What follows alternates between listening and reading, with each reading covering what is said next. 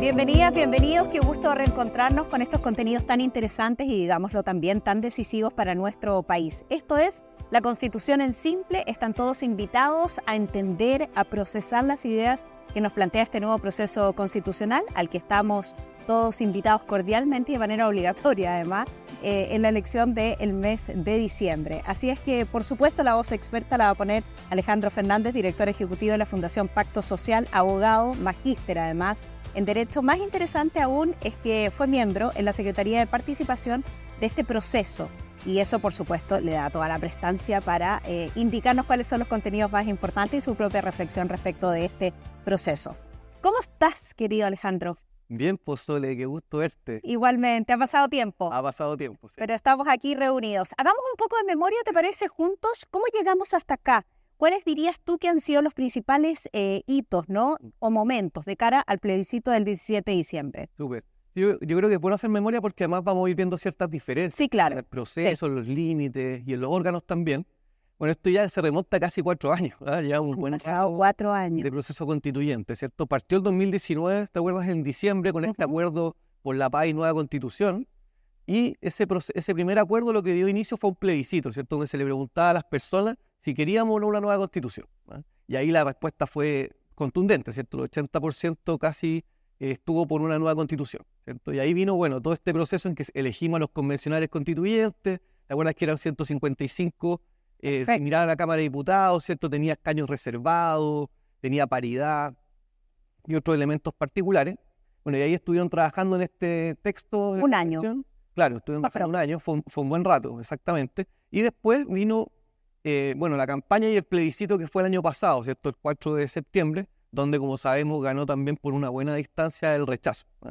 Y ahí, estrictamente lo que decía la Constitución es que seguía la Constitución vigente, o sea, se acaba el proceso. Pero los políticos de distintos sectores, de izquierda a derecha, eran conscientes de que igual había un anhelo de nueva constitución. De hecho, por algo el plebiscito de entrada, el 80% lo quería. Habían problemas concretos en la constitución que después los puedo ir conversando más profundamente y por lo tanto, y además la promesa en la campaña del rechazo fue, hagamos otra, hagamos una mejor. Entonces se sentaron nuevamente los políticos de todos los sectores y dijeron, bueno, vamos por un nuevo proceso. Que se llamó el Acuerdo por Chile. El Acuerdo por Chile, sí.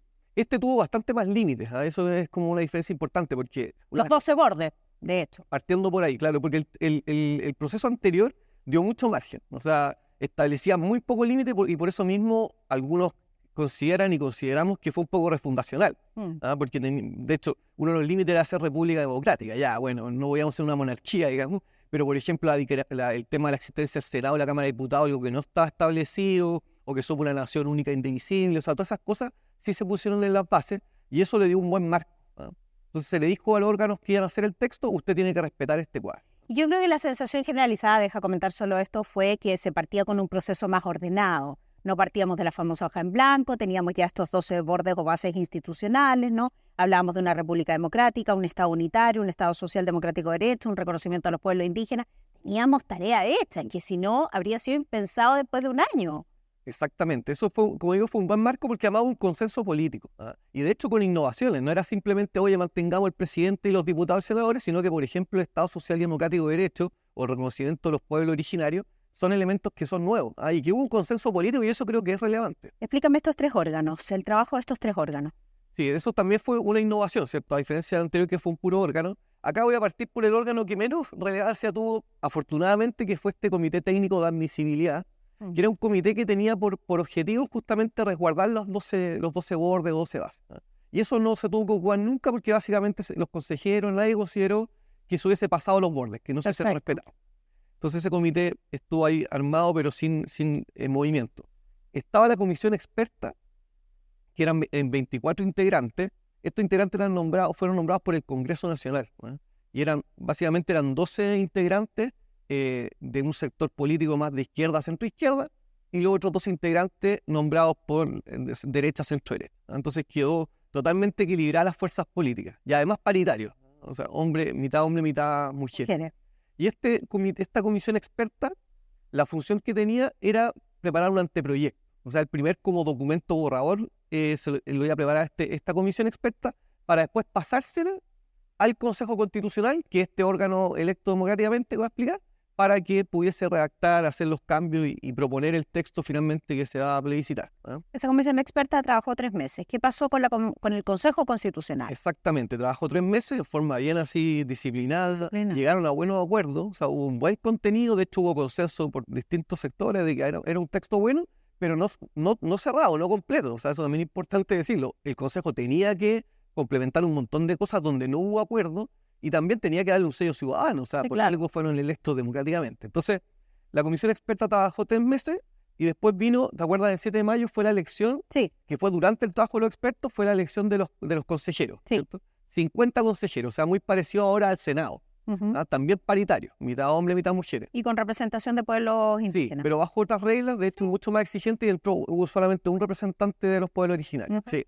Entonces, este nuevo órgano tuvo 4 meses para trabajar, o sea, también bien acotado, pero ya partía con el texto de la comisión experta, o sea, había un trabajo ya como avanzado, ¿cierto? Ellos se vieron en comisiones, trabajaron durante todo este tiempo, y a principios de octubre ya tenían un texto aprobado en principio, como un primer texto, digamos. Que se devuelve a la comisión experta. Exactamente. Esto es complejo. Por eso yo te voy a aportar. Sí, esto hay que hacer como un dibujo en un pizarrón. Hay que hacer un dibujo en una pizarra, pero ¿se lo devuelve con el ánimo de mejorar, cambiar, agregar, sacar algunas cosas? Claro, lo que le dice a la comisión experta es revíselo y vea, y la comisión puede hacer observaciones. O sea, puede decir, por ejemplo, este tema se debería corregir, puede ser una corrección técnica simplemente, oye, esta palabra cambiémosla, y también habían propuestas más de fondo. La comisión experta tuvo pocos días para revisarlo, hizo algunas observaciones, y la verdad es que algunas cosas se aprobaron. Bueno, esto después volvió al Consejo, que tenía la última palabra, porque era el órgano democrático. Volvió al Consejo, algunas cosas se aprobaron de las propuestas que hizo la comisión experta, otras cosas se rechazaron, y dependiendo de los quórum, para no entrar en el detalle, pero las que no se rechazaron por tanto, se fueron de vuelta a una comisión mixta, ¿ya? ¿Y mixta por qué? Porque habían expertos y consejeros. ¿Ya? Y ya estoy llegando al final de este proceso complejo, y ahí se sentaron, llegaron a ciertos acuerdos, costó, de hecho yo diría que fueron bien marginales, la mayoría de las cosas no llegaron a acuerdos, y por lo tanto el texto final yo diría que tuvo prácticamente ninguna innovación en la última parte de la comisión mixta. Hubo algunas propuestas, por ejemplo, en derecho a vivienda, el tema de la exención y otros elementos, incorporar solidaridad en el sistema de pensiones, varias cosas, en que propuso de hecho la oposición, digamos, los que tenían los votos, pero no contaron con el apoyo desde el oficialismo por distintas razones, algunas más técnicas de fondo, otras más políticas. Ya decidieron no hacer esos ajustes finales, y por lo tanto volvió ese texto al Consejo, y ahí se tuvo que votar nuevamente, una última votación por 3/5, y se aprobó esa propuesta de nueva constitución. Y esta propuesta es entregada el día 7 de noviembre pasado, ¿no? Tras 9 meses de intenso trabajo a el presidente de la República. La nueva constitución en esta ceremonia que dimos. Si ustedes se preguntan por qué no nos estamos metiendo en los contenidos, porque eso va a ser materia de nuestro siguiente capítulo. Por ahora estamos explicando el proceso para entender qué fue lo que ocurrió. Exactamente. Y es importante hacer este recorrido porque acá el texto importa tanto cómo se gestó, ¿cierto? Como también el contenido final, ¿cierto? Sí, claro, que es lo más relevante. Ahora, lo que sí tú dirías es que finalmente combina a personas con experiencia académica, conocimiento constitucional y político. Exactamente, digamos, de hecho fue una cuestión bien creativa. Yo no sé, no he visto al menos en otros países que exista un modelo exactamente como este, que tuviese estos 3 órganos más las bases, y pareciera que fue un buen modelo que dio más tranquilidad, en el sentido que no iba a haber ninguna cosa como demasiado revolucionaria o contra la tradición constitucional, y como dices tú, por un lado tuvo expertos, personas que saben de derecho constitucional, porque esto es algo técnico, ¿cierto? Pero también con órganos electos democráticamente. Vamos con lo siguiente. ¿Cómo fue la participación ciudadana en el proceso? De lo cual hablamos mucho, ¿no? En el proceso anterior, de qué había pasado con la consulta ciudadana, con la voz ciudadana. Sí, eso es bien importante porque también es un elemento en el diseño, ¿cierto? O sea, tú dices, ya, ahí están los órganos, pero además tiene que haber participación adicional, ¿cierto? Uno vota, pero pueden haber otras instancias para que la ciudadanía sea escuchada, ¿cierto? Y en ese sentido creo que hubo una buena decisión, lo digo como parte interesada, en que se creó una Secretaría de Participación, pero que se le entregó a la Universidad Católica y a la Universidad de Chile el rol de llevar a cabo todo este proceso participativo. Ahí estuviste participando Ahí estuve participando desde la Universidad Católica. Desde la Universidad Católica, exactamente. Y de hecho, en particular, me tocó participar en la consulta ciudadana. Éramos varias personas, evidentemente, en el equipo, y lo que hicimos fue redactar las preguntas que se iban a hacer a las personas, y para saber el nivel de acuerdo que había con el texto. Y de hecho, una de las cosas que llamó la atención en la consulta es que hubo un alto nivel de acuerdo con el texto. Eso fue bien interesante. No. Y participaron varias decenas de miles de personas. Hubo también espacios de audiencias públicas, donde básicamente iba una persona, puede ser un experto, un miembro de alguna organización, a exponer o a los consejeros o en las universidades regionales, que también fueron un súper buen aliado, hay que decirlo, porque la Católica de la Chile está en Santiago, la Católica tiene un poquito de presencia en el sur, pero básicamente no tenía alcance y por lo tanto requería de otras universidades. Hay un tema que siempre ha llamado la atención, que son las iniciativas populares de norma constitucional, ¿cierto? Eso también fue interesante. De hecho, si uno ve todas las iniciativas, no todas alcanzaron la cantidad de apoyos que necesitaban, pero participaron más de 600.000 personas apoyando iniciativas. Tienes razón. Entonces, si te llegaba, por ejemplo, una propuesta, ¿cierto?, relacionada, no sé, a los animales o respecto a las pensiones, y uno tenía que adherir, ¿cierto?, en el sistema.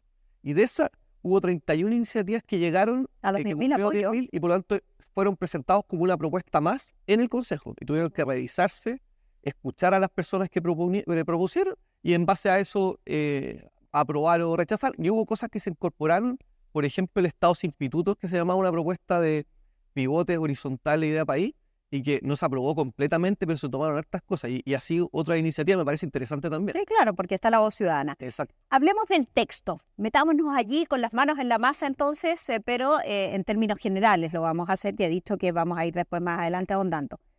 ¿Qué te parece el texto? ¿Cuáles son los capítulos? ¿Hay capítulos nuevos? ¿El número de artículos? ¿Es más larga o corta que las anteriores constituciones o propuestas? Yo ya debo decir que he escuchado mucho acerca de lo larga que es y de lo dificultosa también que es para leerla. Yo traté de ingresar al texto personalmente y creo que sí es tedioso y creo que sí uno debe leerlo como con una voz experta al lado. Por eso también la intención de hacer este espacio. Sí, es difícil de leer y por eso que creo que estos espacios son buenos y otros espacios hay algunas charlas, videos en redes sociales, yo creo que es súper importante y de hecho acá lo que tratamos más que ser una voz como experta, así como hiperjurídica, leguleya, ¿cierto? Tratamos de hacerlo ojalá lo más ciudadano posible.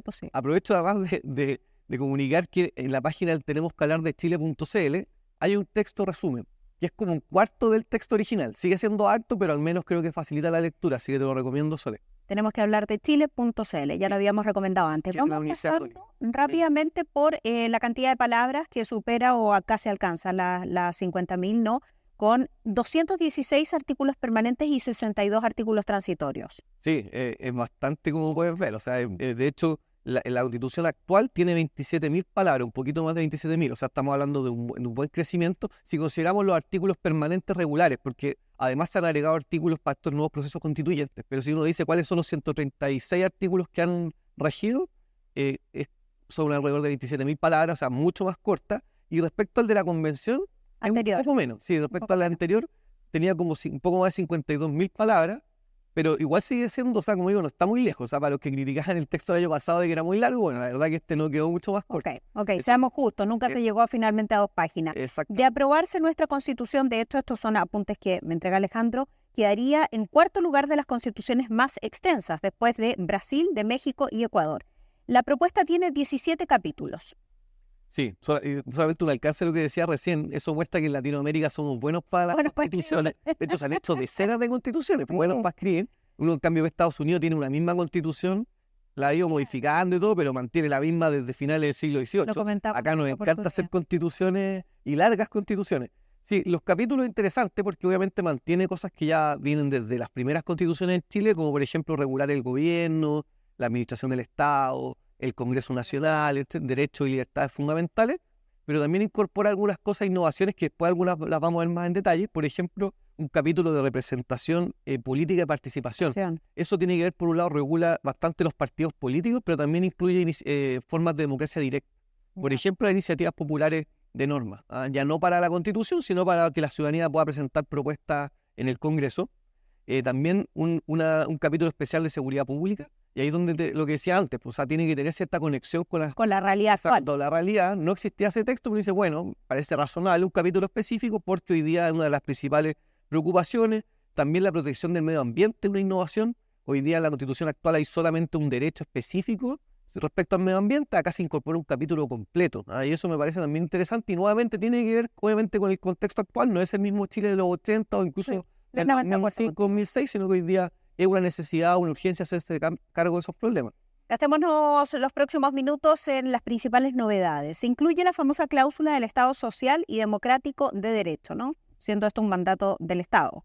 Se reduce también el número de diputados, de 155 a 138. Deja avanzar yo un poquito. En materia de seguridad, el derecho a vivir en un entorno seguro, que tiene además varias bajadas, ¿no? Y que obliga a generar acciones. Se consagra por primera vez el derecho a la vivienda adecuada y en materia de medio ambiente, como ya mencionamos, tenemos un capítulo de protección del medio ambiente y sustentabilidad y desarrollo.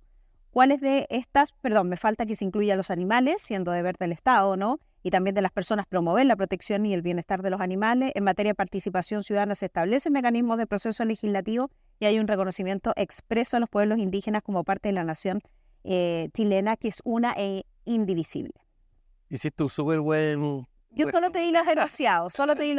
En honor al tiempo. A ver, en materia de seguridad vamos a profundizar en otro capítulo, pero se crea la Defensoría de las Víctimas, que es creo que es un avance. Hoy día existe la Defensoría Penal Pública para las personas que son imputadas para delitos, pero no había un órgano específico para proteger a las víctimas.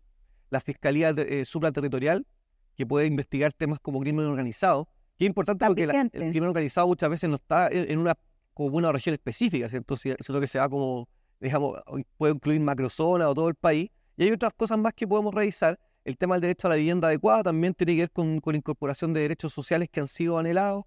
La mención a los animales también es interesante. La obligación del Estado y las personas de promover la protección y bienestar de los animales. Muy importante. Esto es importante. Primero es novedoso, ¿cierto? No está al nivel del derecho de los animales o de la naturaleza que establecía el texto anterior. Eso es importante. Hay una protección que ya está en las leyes. De hecho, por ejemplo, la ley Cholito famosa, ¿cierto? Que tiene que ver con el maltrato animal. Lo que hace es ponerlo a nivel constitucional, pero para aquellas personas que se preocupan de qué pasa, como por ejemplo, con la situación de la ganadería, ¿cierto? Es totalmente compatible. Esto tiene que ver, obviamente, con no hay un maltrato, un abuso animal, pero es compatible, por supuesto, con la economía, con los procesos productivos actuales. Es importante señalarlo. El tema de participación ciudadana también es relevante. Te decía antes, la iniciativa popular de normas, ¿cierto? O sea, hay que conseguir una cantidad de apoyo para presentar una ley de alguna materia que pueda ser de interés de las personas. Eso es bueno porque a veces el Congreso no legisla sobre los temas que uno quiere que legisle. Bueno, se puede presentar. Hay también algunas iniciativas de participación directa a nivel regional y comunal. A mí me parece bien interesante porque, por ejemplo, una comuna muchas veces tiene una cantidad de recursos, ¿cierto? Y el alcalde dice, bueno, lo vamos a gastar en hacer una plaza o en hacer un colegio o en el gimnasio, no tengo idea. Bueno, pone una norma específica para plebiscitar a nivel comunal en qué se van a gastar los recursos o el presupuesto. Hoy día existe, pero acá se cambian algunas reglas para que sea mucho más fácil que se haga ese plebiscito. Y a nivel regional es una innovación porque hoy día no existe y también se puede hacer ese tipo de plebiscito, que son obligatorios, lo que se llama vinculante. Y también existen las consultas, que también se puede hacer. O sea, los concejales o los vecinos pueden decir, bueno, queremos que esta materia se pregunte a los vecinos o a los, digamos, los habitantes de una región. Y me parece que también son innovaciones interesantes porque complementan la democracia representativa. O sea, tener presidente al Congreso, pero también otros espacios de participación. Y nos invita a participar no solo en el momento de la elección, sino hacerlo durante el proceso donde no hay elecciones. Exacto. ¿Qué pasó con los pueblos indígenas? Son parte de la nación chilena que es una e indivisible. Se respeta y se promueve sus derechos individuales y colectivos garantizados en la Constitución, en las leyes y los tratados internacionales vigentes. ¿Ves una diferencia? Sí, me parece, o sea, creo que era un anhelo de hace muchos años. De hecho, esto se viene discutiendo desde los años 90. Creo que ahí el sistema político se demoró mucho en reaccionar. Me parece positivo, así como hablamos el año pasado, respecto a algunos elementos que, así como habían cosas que me parecían excesivas o que no se ajustaban, creo que incorporar en el sistema político y en general la comunidad nacional de manera más explícita a los pueblos originarios creo que es relevante, en vez de tratarlos como otro grupo, ¿cierto?, aparte, y que finalmente muchas veces va a recurrir a la violencia. Uno dice, bueno, no, ustedes son relevantes en nuestra nación, son un país, digamos, con una serie digamos, de inmigrantes, ¿cierto?, que se ha formado por distintos tipos de población, son una población mixta, hay mucho pueblo originario, por lo tanto me parece un elemento razonable, porque además incorpora reconocimiento de derechos colectivos, por ejemplo. Por lo tanto no es una mera declaración vacía, pero también el resguardo que no es plurinacionalidad, o sea, también lo dice expresamente, o sea, también por lo tanto aquí no vamos a tener varias naciones, no vamos a tener varios sistemas de justicia paralelos, ni autonomías territoriales indígenas como incorporadas el año pasado, pero sí un reconocimiento explícito que me parece valioso. Sí, perfecto, y estaba muy complejo además lo anterior, ¿no? Muy complejo de ejecutar y por eso la misma votación. Me quedan 30 segundos para que hablemos de un punto muy relevante: la mejora y el favorecimiento de la igualdad entre hombres y mujeres. Sí, bueno, eso da para más, pero hay varias cosas que se incorporan, ¿no? Eso me parece relevante porque hoy día la Constitución solamente menciona el tema como igualdad hombre-mujer cuando habla de la igualdad ante la ley. Dice, hombres y mujeres son iguales ante la ley, pero no hay mucho más que eso. Y acá también hay anhelos que creo que incluso una agenda que no necesariamente ha sido promovida por la oposición, que hoy día tenía mayoría, sino incluso una agenda mucho más impulsada por el actual oficialismo, sí, ¿cierto?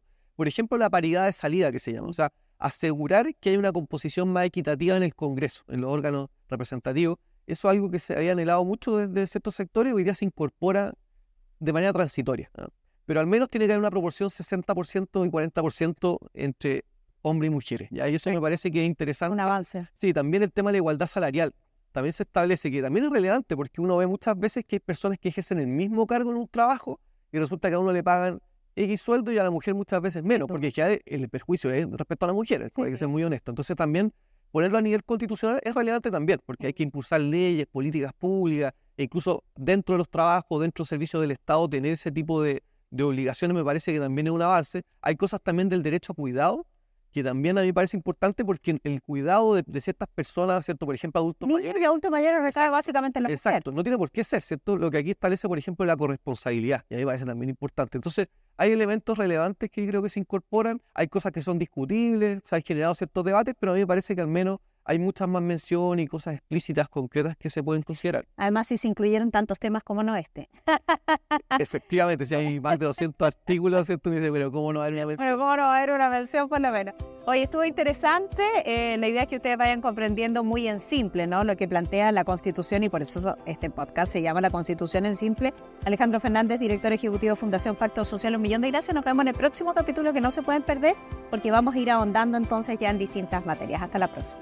Chao. Chao.